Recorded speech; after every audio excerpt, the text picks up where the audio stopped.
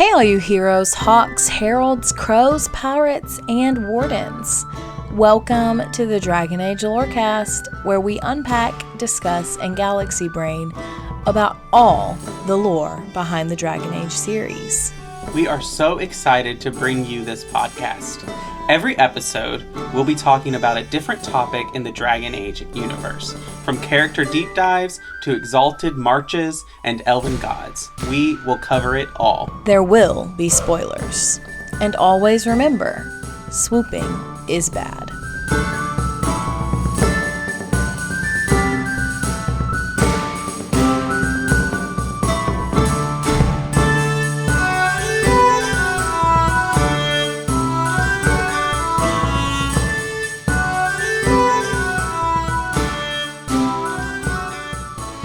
Hello and welcome to the Dragon Age Lorecast, where we talk about Dragon Age and its lore. I am one of your hosts, Austin, also known as Teacup. And I'm your other host, Shelby or She-Cup. And we are here for our once a month, very, very special patron chat. And so we are here with our patrons, and I'm just going to let them introduce themselves. Hi, everybody. I am LVCC13 or Lizzie. I'm Nick, Capricorn Tower. Hello. And then the last but never least, Kolka Shins. Hi, how's it going? And so, Shelby, what are we here to talk about? Yeah, so we are talking about a pretty interesting topic today. This one is what country in modern day, specifically modern day Thedas, would you want to be from or live in? And as a reminder, I know everybody here knows, but for those that are listening, as a reminder, all of our patrons get to vote on the topics. We usually post early in the month with a couple options and then a final option for them to kind of leave anything else in the comments if they have another idea. So if you become a patron, all patrons get to vote on the topics for these patron chats. So yeah, you should become a patron. But before we kind of dive into answering and getting into our thoughts on this one, I, of course, brought a list. So some of the countries and nations in Thedas include Ferelden, Orlais, Antiva, Navarra, Tevinter, Ravain, the Free Marches, and you can pick as a whole or like a specific city-state. The Anderfells, Parvalen, Saharon, and Orzammar. Lots of choices. So who wants to open us up? If no one wants to start, I can start, but we'll open it up. I have a question. I have an answer. In this hypothetical, are we peasants? Are we commoners? Are we like rogues or mages or like soldiers? What are we talking about here? That informs my answer quite a bit. Yeah, that's fair. I would just say it's your choice who you want to be. If you want to be yourself going and getting dropped into Thedas, that's fine. You can do that too. But yeah, you can pick for yourself. So with that in mind, I suppose if I was born a mage, I would want to live in Navarra because I feel like it's the least stressful place to be a mage. I mean, everywhere else you're like oppressed, or in Tevinter you have to like look over your shoulder all the time because you're going up against competitors or whatever. But I mean, I guess if you're like a lower class mage in Tevinter, you're probably just bored. So yeah, I feel like Navarra would be nice because you just like have your little job as a Mortalitasi, and then go see all the art and stuff that Navarra is famous for. So I think that would be pleasant. If I was not a mage, I think I would want to live in Markham in the Free Marches because they have the Grand Tourney, so that means there would be like entertainment come in every now and then. Like I don't want to be stuck somewhere kind of boring, so I think that would be a nice thing to partake in every year. Markham was definitely one of the ones that I had on my list too. But also it's always been unclear to me, maybe y'all know, but is like, if you're a mage and you grow up in Navarra, do you have to become part of the Mortalitasi? Like, is every mage in Navarra part of that order? Or do you get the choice to just be a regular mage? I feel like it's probably not that you have to, like I don't think it's like Ravane where if you're a woman and a mage that you're always going to be trained to become a seer. I think it's more, I kind of feel like it's probably more like a Navarra City thing versus a Cumberland thing. Because I get the impression that Cumberland is a little bit more like mainstream. It's a little bit more like we're not quite as edgy as the Grand Necropolis City. Like we're just doing normal mage stuff here. Yeah, that totally makes sense. Especially the differences between the cities. I don't know if I'm remembering correctly. Isn't Inez the botanist from Cumberland? I feel like if that's any indication, you're with a lot of plants all day, every day. That's a good point. I may have to change my answer because I do love a good plant. Okay. I will say it. If I were a mage, which I definitely would be, I would want to be from Teventer. Like, I know, I see your looks, but I mean, I think that's fair, honestly. I think Nick, that you get a good point. But like, yeah, I think there will be a lot of stress to be, in like the higher order of mages. But I feel like that same stress is also probably, if you are a noble in Orlais, you're playing the game. And I mean, you don't even have to always be a noble to be caught up in the game. So it's kind of like that influence is everywhere. And like there are a lot of people in Orlais who don't play the game. I'm sure like there have to be a lot of like mages who aren't in that same kind of political machinations. And if you're a mage from Teventer, like you get all the benefits of that, and you could also still be a revolutionary. You can be like Dorian, and then you can just be righteously angry at your own country and want to try to improve it. And I'm sure that's a really great feeling. If I were not a mage, I would want to be from Antiva, specifically Antiva City, because Zevran, I feel like, reps that city pretty well. And there are a lot of the Italian influences that I really like. And, if a lot of people from there are like Zevran, I think I would very much enjoy it. Also, you got to know their wine game has to be on point. Oh, yeah. 100%. And cheeses. They've got to have great cheese. Righteously and the angry leather at your own country is something I understand a lot. Yeah, I feel like all of us who live in America right now are all on the same page for that one for sure. Lizzie, you are the Which exception. is why I ran away. Yeah. I would also add just to that, Cash, is that I think the way that Zevran describes Antiva City is just the imagery that he uses is so on point, and it makes it sound so enticing to go there. From the moment that I had that conversation with him the first time I played Origins, I was like, oh man, like I want to go here. I hope we get to go there in the next game. Unfortunately, I'm still waiting on that one, but yeah, I definitely agree with that. And he just I can't even remember everything that he says about it, but talking about like the bay and the way it smells of leather and just like all the stuff, it just sounds amazing. I love the smell of leather.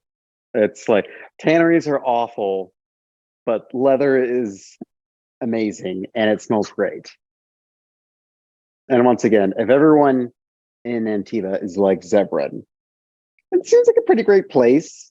Also, I just feel like I really see this because I just feel like Antiva is obviously like a parallel for real world Italy.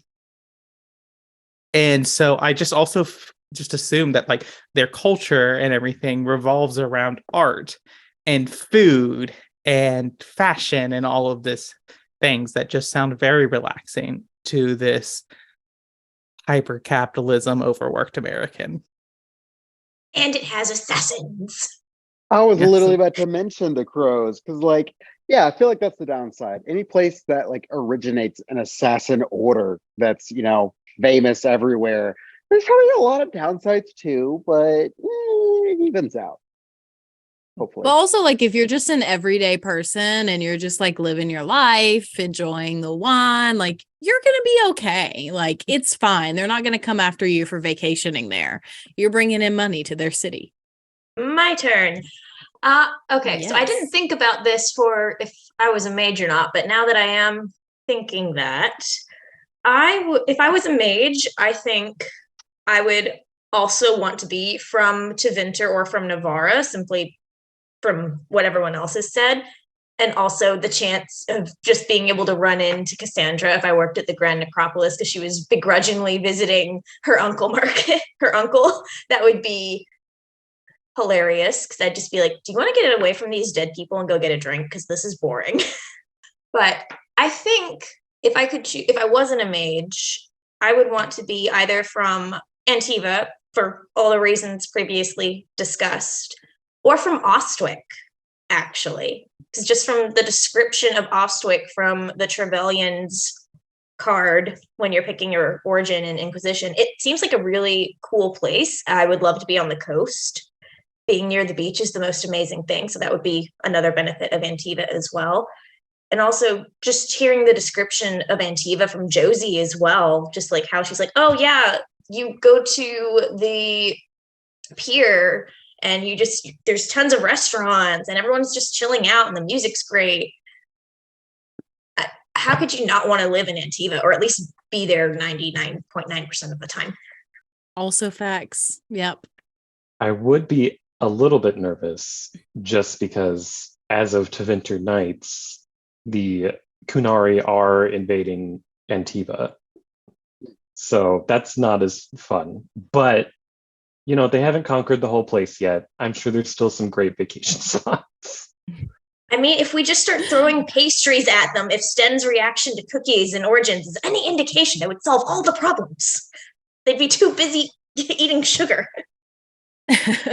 My opinion on it is when I'm answering this question, I am pretending that there are no conflicts.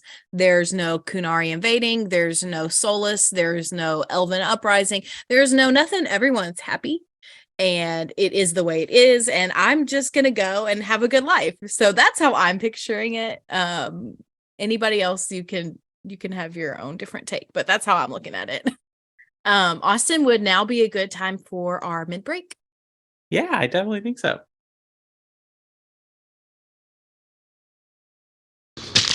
Ah, Hawk stepped in the poopy. I love you. Want a sandwich? All this for me. And I didn't get Alexius anything. Send him a fruit basket. Everyone loves those. All right. Well, welcome to the middle of the show where we talk about everything about the podcast that doesn't have to do with the lore. And it's here where we thank our patrons. Thank you so much to all of our patrons. Thank you to all the patrons who are here, all those who are not here. A special thank you to our first patron, Genesis, our Divine Tier patron, Kit, and our one and only Nug King patron, Lewis H. Thank you so much for your support. If you would like to join these chats, if you would like to support us on Patreon, you can go to patreon.com/Dragon Age Lorecast and support us there. If you sign up for our first Enchanter tier or higher, you can come on the shows with us. Also, we're pushing merch. And so if you are a Antivan Crow or the $10 tier or higher, you will get quarterly stickers that we had designed that were designed by the Fourth Lantern. If you are a patron, we need your addresses. We can't give you the stickers if we don't know where to send them. And so please go into Patreon and make sure that your address is up to date so that we can send you those stickers. If you can't support us on Patreon, a great way is to leave us some ratings and reviews on Apple or Spotify. If you leave us 5 stars with some words, we will read it out on a future episode of the show. Shelby, do we have a review to read today? We do. This review is from Gyrator on Apple Podcasts. And they said, great listen, 10 out of 10 would recommend. Love listening to this while working. As a huge fan of BioWare and Dragon Age, it's awesome to dive into the lore of the world. Plus, it saves me the time of reading it. The Cups do a great job at conversing and breaking down the lore in a way that can't be matched. Thank you so much for this review. Yes, thank you so much. And again, if you leave us 5 stars and some words, we will read it out on a future episode of the show.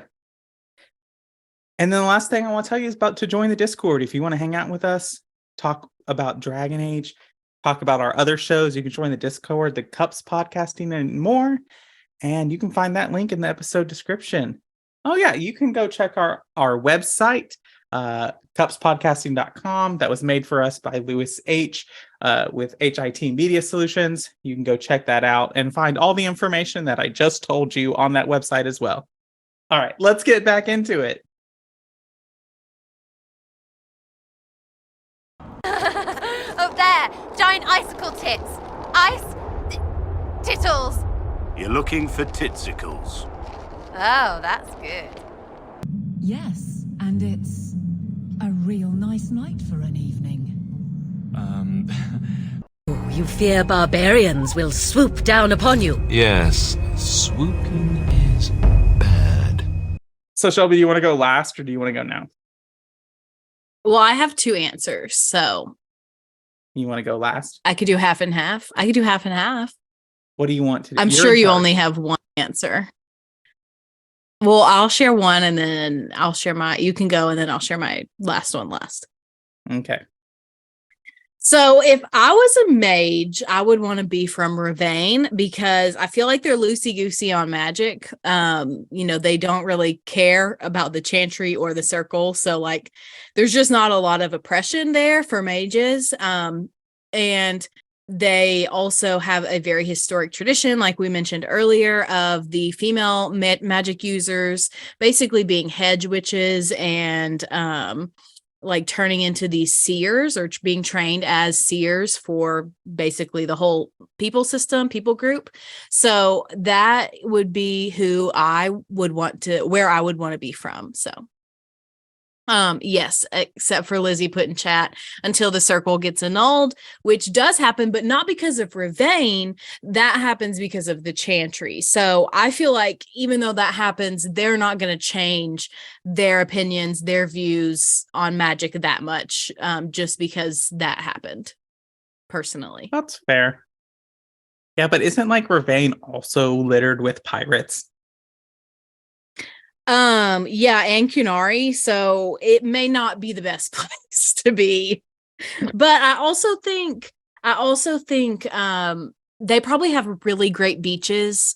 They probably are very Mediterranean-esque since they're on the same peninsula that Antiva is on. I would imagine that they also have great food, great wine, all the things that Antiva has as well.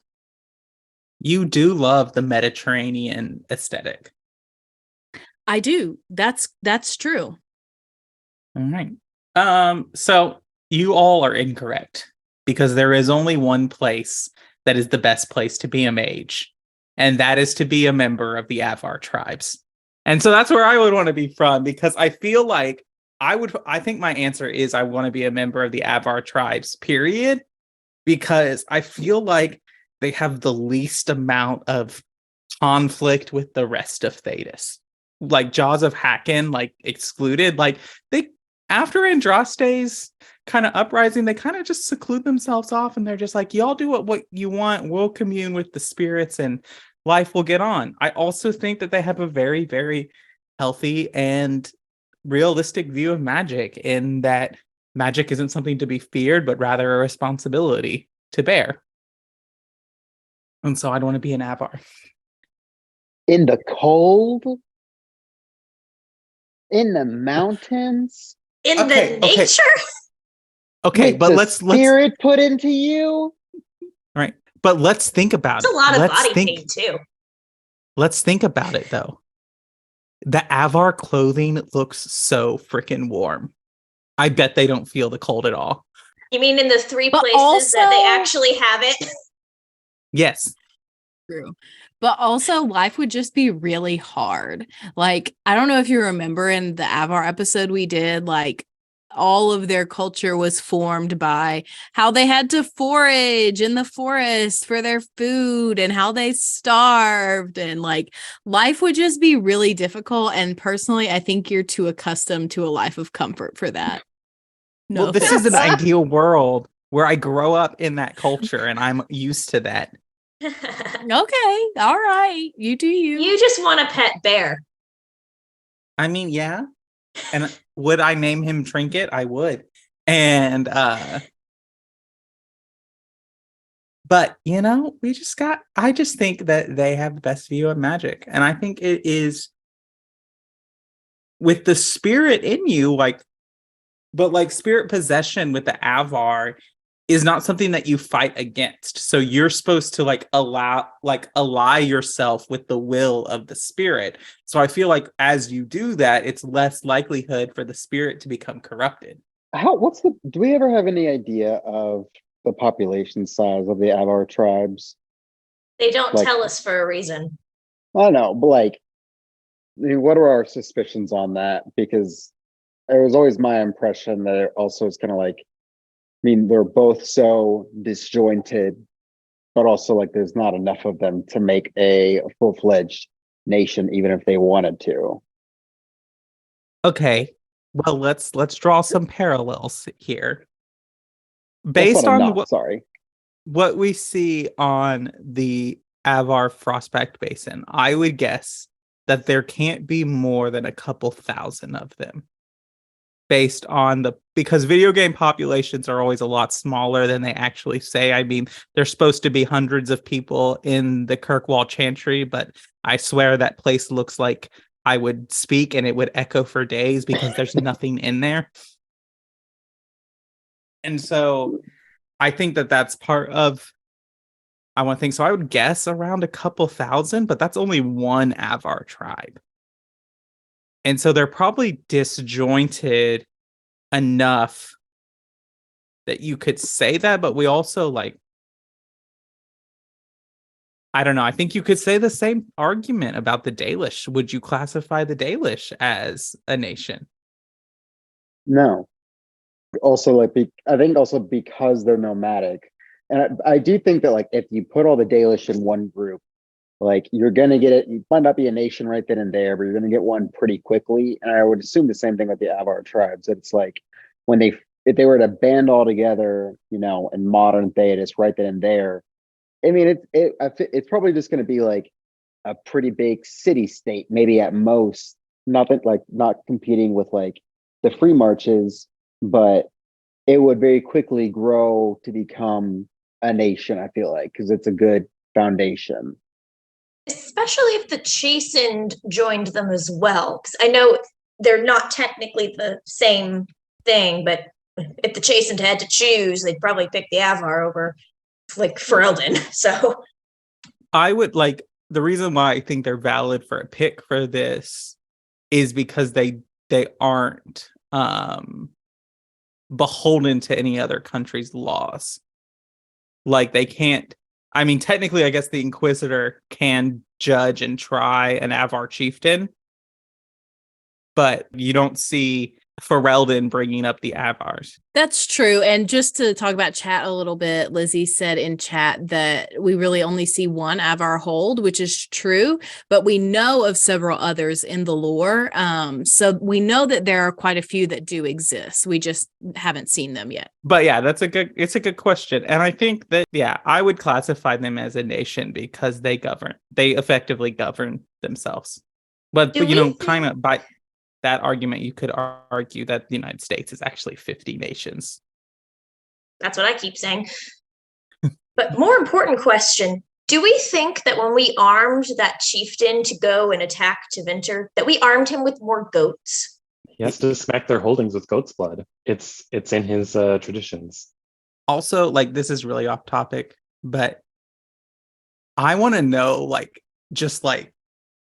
the idea of these Venatori when this just person from not just southern Thedas, but like the southernmost tip of Thedas comes into their realm is just like this random dude who really actually doesn't have any authority over me told me to come here and kill a bunch of people. So that's what I'm going to do. I did have the thought listening to this week's episode of the Lorecast about the Dales. I really am super curious what it was like to live there when it was a elven kingdom. I think it would be really cool if BioWare made some like tangential media about that. I'd totally read a book that was set in that time frame. Yeah, I agree. I actually find that time frame more interesting than Elvenon and the ancient elves, which I feel like gets all the lore focused. Like everybody's focused on that all the time. But yes, I completely agree. I would love a book or a comic or a TV show or a movie or literally anything about the Dales. That would be amazing.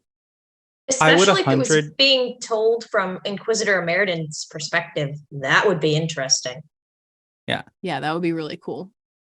I would totally watch a House of the Dragon style show about all the years leading up to the Exalted March on the Dales.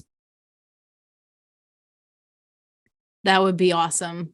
So my last answer, I'm really glad nobody said this one, but so if I wasn't a mage, if I was just myself or just a rogue or warrior or whatever, I would want to live in Wycombe in the Free Marches.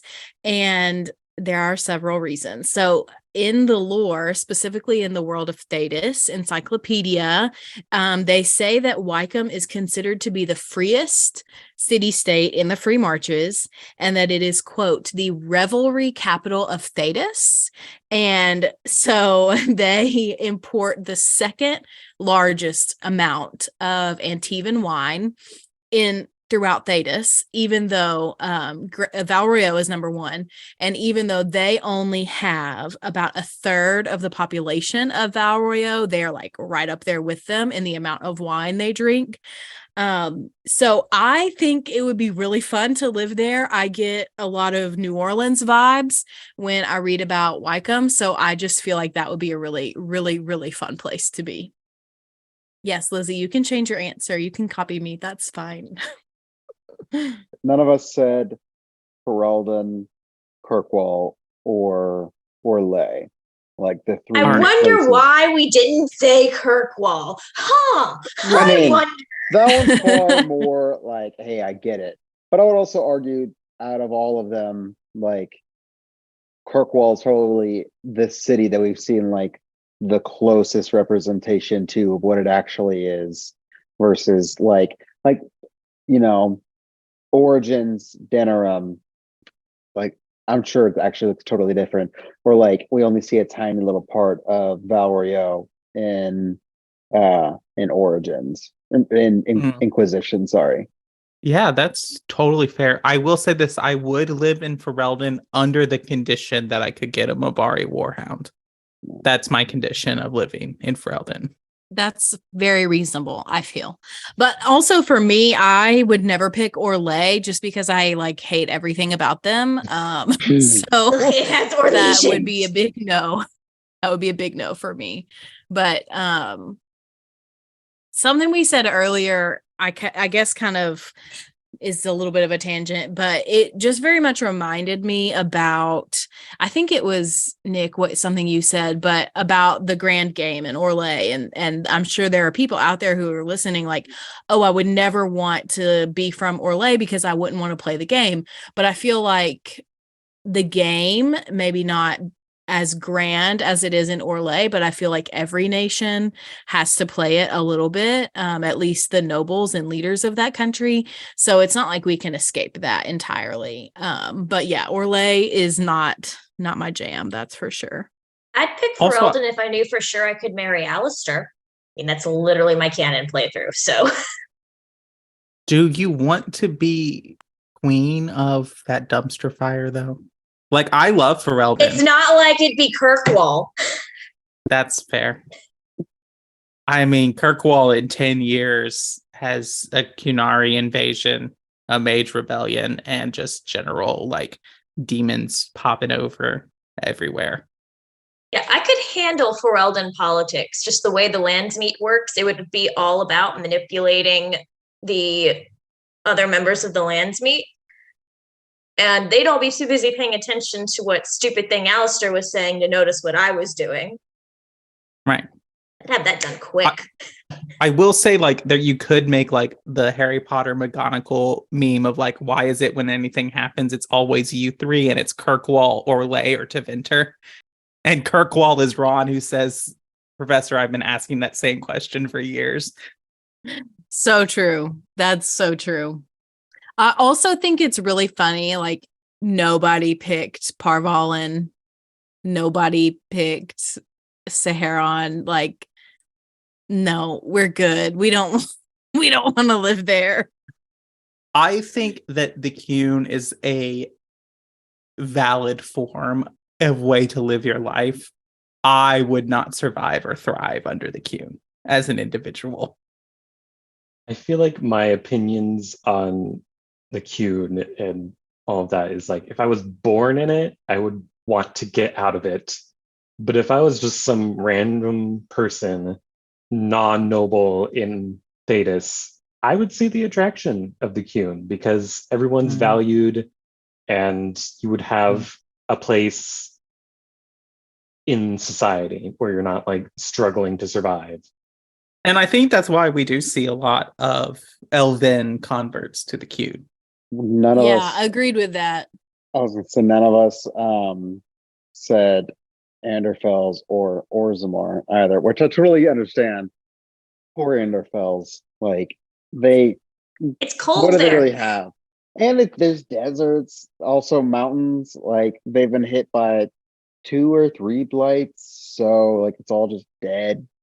And like I feel like, well, here's the thing about both Orzammar and the Anderfels. It's like a constant reminder of the blights, because the deep roads are right there in Orzammar.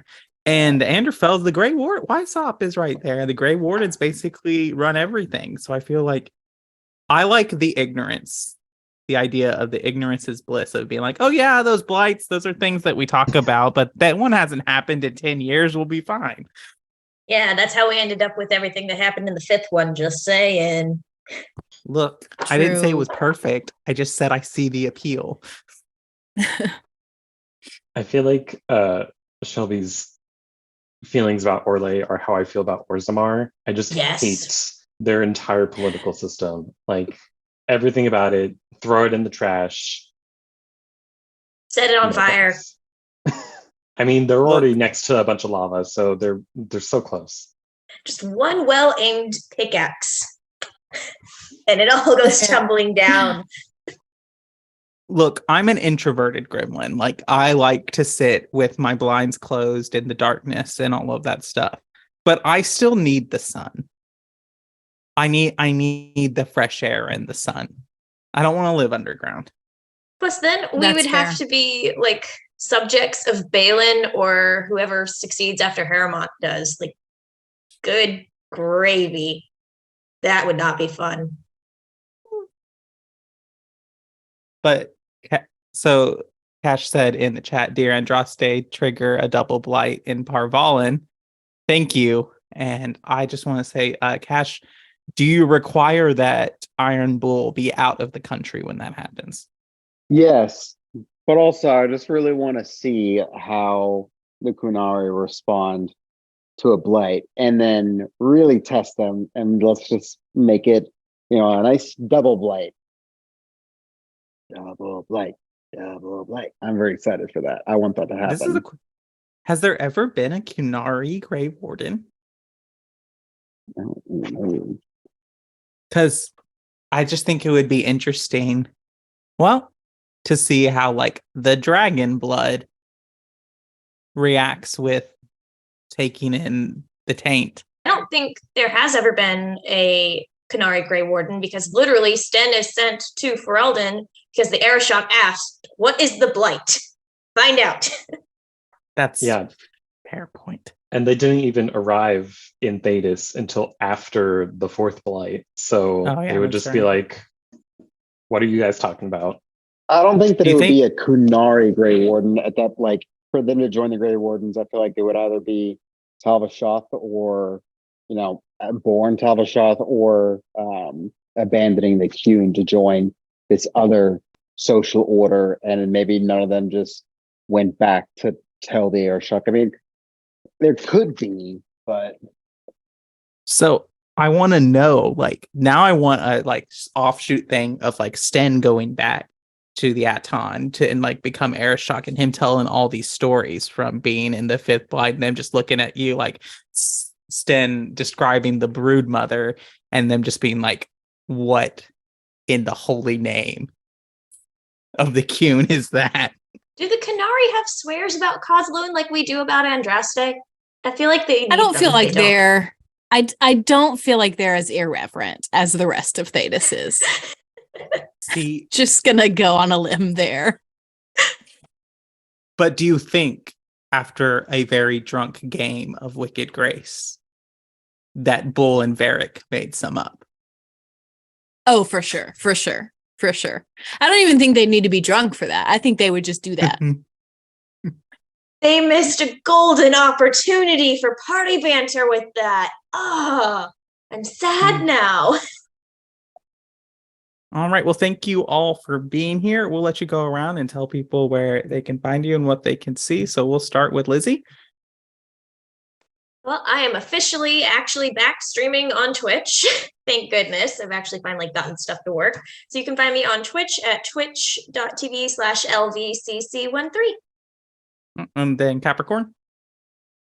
Yeah, Capricorn Tower. I'm active on the Discord, and that's basically all I do.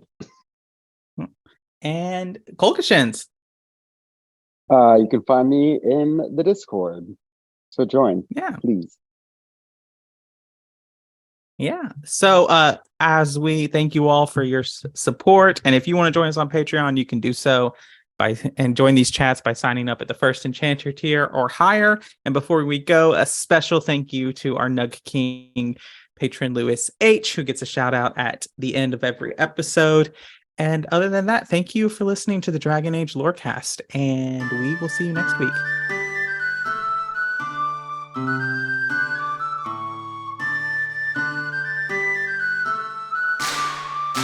Thanks for listening to the Dragon Age Lorecast. You can find us on Twitter at DA Lorecast. If you have any lore questions, topics to unpack, or side character suggestions, join our Cups Podcasting and More Discord server. It's easily the best place on the internet. You can also support us financially through our Patreon. You can find us there on patreon.com/DragonAgeLorecast. The Dragon Age Lorecast is part of the Robots Radio Network. For more information about the Robots Radio Network, join the Discord server via the link in our episode description. If you enjoyed the show or learned something new today, please subscribe, leave us a review, and join the Patreon. And if you enjoyed our intro and outro music, give a big thank you to Pipeman Studios. Thank you, Pipeman. Thanks again for listening to the Dragon Age Lorecast. We'll see you next time.